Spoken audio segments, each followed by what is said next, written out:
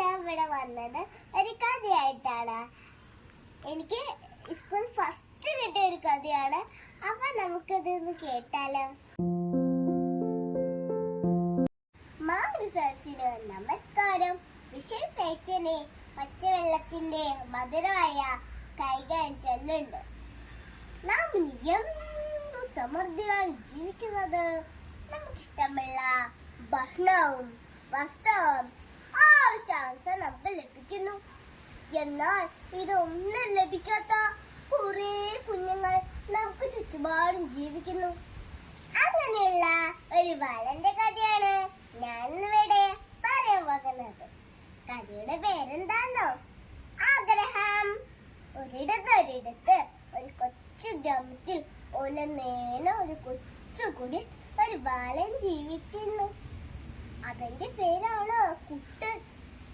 ഈ സ്കൂൾ ജീവിതം എന്താണെന്ന് പോലും അവൻ അറിയുന്നില്ല.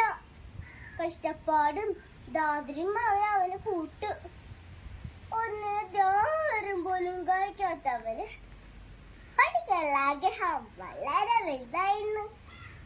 അവന്റെ വിഷമം കണ്ട് അവന്റെ അമ്മ സർക്കാർ സ്കൂൾ ചേർത്തി. സ്കൂൾ ചെന്നപ്പോഴോ എല്ലാവർക്കും പുതിയ ബാഗുകൾ, ചെരുപ്പുകൾ. ഇത് കണ്ട് കുഞ്ഞിനെ അമ്മയ്ക്ക് നോക്കാനേ കഴിയില്ല. അന്നാട് വെച്ച് ഒരു വാവള്ള സുഖത്തിന് ലഭിച്ചു. അവൻ വലിയ പണക്കാരനായിരുന്നു. ഒരു ദിവസം കുട്ടൻ ചോദിച്ചു, എന്റെ വീട് ഓലാണോ ഓടാണോ?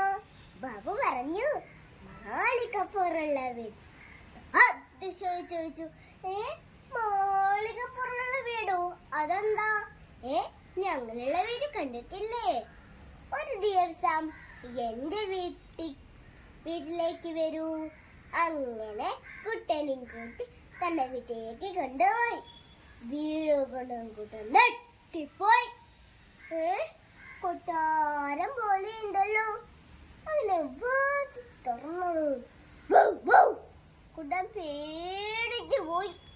കുട്ടൻ നോക്കിയപ്പോൾ അങ്ങനെയുള്ള മറ്റൊരു വീട്. അതിൽ വലിയ പട്ടിക്കുട്ടി.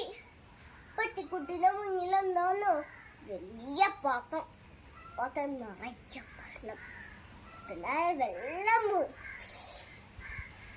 സ്കൂൾ ടീച്ചർ എല്ലാവരോടും ഒരു ചോദ്യം ചോദിച്ചു, നിങ്ങൾക്ക് ഭാവി ആരാവണം? ഇതൊക്കെ വിളിച്ചു പറഞ്ഞു, എനിക്ക് ബാബുവിന്റെ വീട്ടിലെ പട്ടിക്കുട്ടായ മതി. ഇതൊക്കെ എല്ലാവരും ചിരിക്കാൻ തുടങ്ങി. ലക്ഷ്യധികം നേരം ഉണ്ടായിരുന്നില്ല. കുട്ടനെ മനസ്സിലാക്കിയ കൂട്ടുകാരും അബ്ദുലിനെ സഹായിച്ചു. അങ്ങനെ കുട്ടൻ കഷ്ടപ്പാടുകയും ദാരുമായ പഠിച്ചു ഞങ്ങളെത്തി. കൂട്ടുകാരെ, ഇതിൽ നിന്ന് എന്ന് മനസ്സിലാക്കാം, ആഗ്രഹമുണ്ടെങ്കിൽ ഞങ്ങളൊക്കെ സാധിക്കും. കുട്ടന്റെ ജീവിതം നമുക്കൊരു പ്രചോദനമാവട്ടെ. നന്ദി, നമസ്കാരം.